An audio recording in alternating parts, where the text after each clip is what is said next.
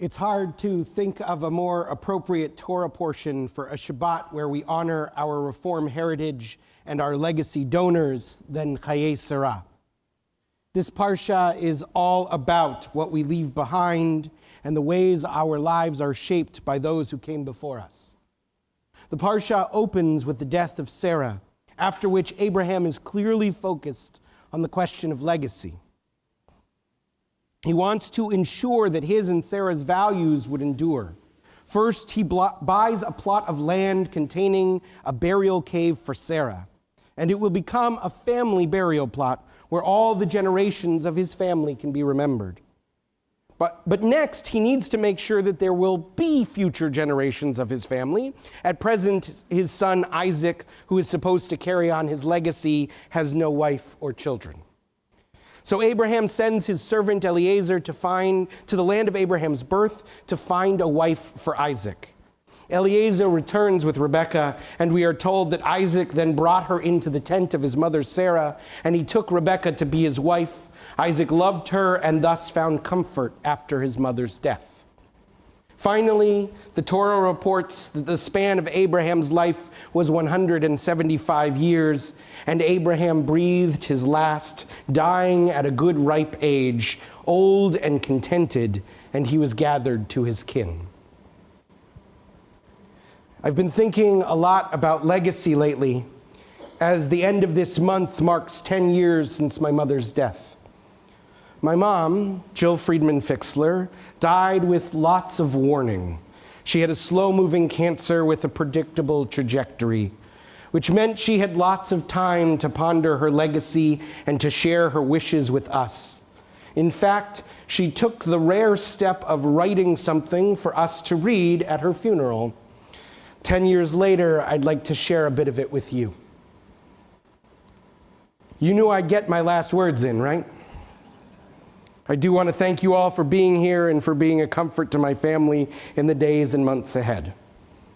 I am also often asked how I managed through the challenges of the last few years. One of my friends asked me how I could be so resilient. Isn't it a wonderful word? I mumbled something about knowing about my condition and outcome for so long made the process easier. While true, this is only part of the story.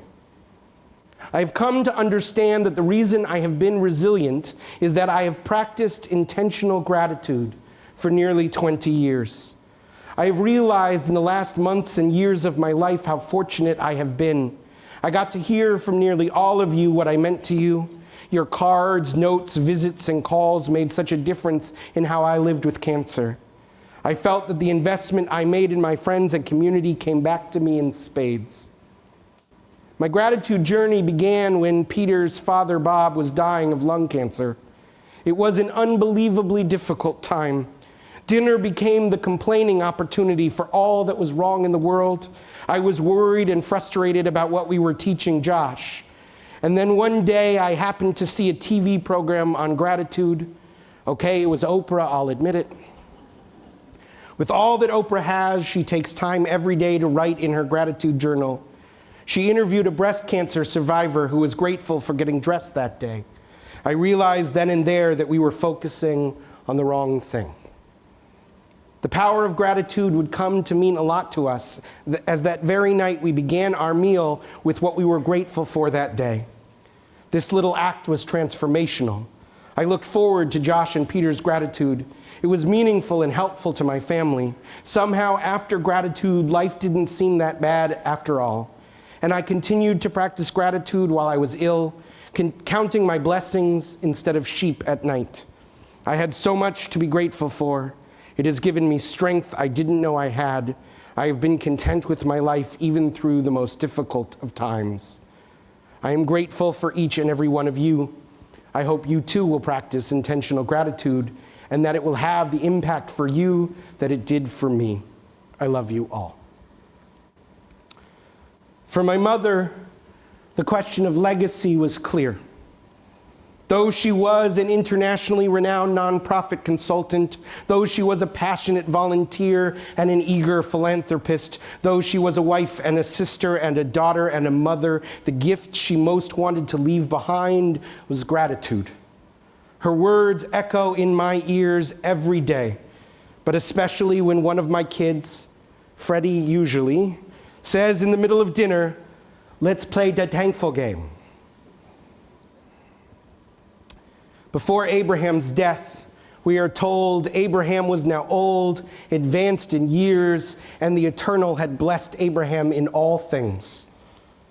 But can it really be said that Abraham was blessed in all things? Had he not just lost his beloved wife? And after his aborted attempt to sacrifice Isaac, the two of them were not on speaking terms. He was old and lonely, and until he buys that cave, he doesn't even own a square acre of land in the land that God has promised him. How can the Torah say he was blessed in all things when he had seen such hardship in his life?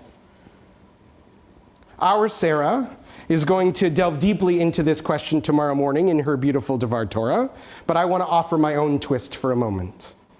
Rashi points out that the numerical value of the Hebrew letters of Bechol in all things is equal to the numerical value of Ben, a son. Rabbi Yisachar Frand relates this to an earlier passage in the Torah. When Abraham was told that Sarah would finally have a son, his first response was about his older child, Ishmael, who he'd fathered with Sarah's handmaiden, Hagar. "Isn't it enough that Ishmael lives?" Abraham asks. But God reassures him, "You will have not only one son, but two. You will be the father of two peoples." From this, Abraham feels that he is blessed beyond what he could have imagined. And this awareness, not of what he lacks, but of how much he has, helps him to navigate the hardships of his life. The cultivation of gratitude takes our attention away from what we lack and helps us notice the abundant blessings that surround us. Gratitude does not erase our challenges or eradicate our burdens, but it does ease the weight of them by helping us redirect our focus. Perhaps this is what the rabbis mean when they say that our blessings, thanking God for miracles, protect us from misfortunes. Gratitude is not an amulet that shields us from hardship, but a salve that distances us from pain. As I remember my mother, on this yahrzeit, my gratitude for the innumerable lessons she taught me eases the pain of her loss. And in this way, she is still teaching me even to this day. If my mother's enduring value was gratitude, Sarah's was kindness. When Abraham's servant goes to find a wife for Isaac, he prays to God that he will find someone who is abundantly kind and generous. The servant seems to intuit that this is what the family most needs because the exemplar of these values has died. Aviva Zornberg quotes a midrash that states that all of Sarah's life there was a miraculous light that burned in her tent. And when she died, it went dark. When Isaac brought Rebekah into his mother's tent, the light returned. And when it says that Isaac found comfort after his mother's death, the Midrash explains that through this light he understood that the values that his mother lived by would be carried on through Rebekah. There are people who try and build a legacy through great works. They leave behind beautiful pieces of art or imposing buildings. There are others who think that their legacy can be ensured through leadership, how significantly they change the course of events, how many people's lives they have shaped. But it is difficult for the next generation to continue your art or expand your buildings or put on your mantle of leadership. But they can live your values. The truly enduring legacy is the values we teach in our lives. This is the light that others can carry with them, and long after they are gone, they will continue to lift up that light wherever they encounter darkness. I was lucky that my mother was explicit about the legacy of values she wanted to leave, not just in the words she wrote for her funeral, but in every conversation.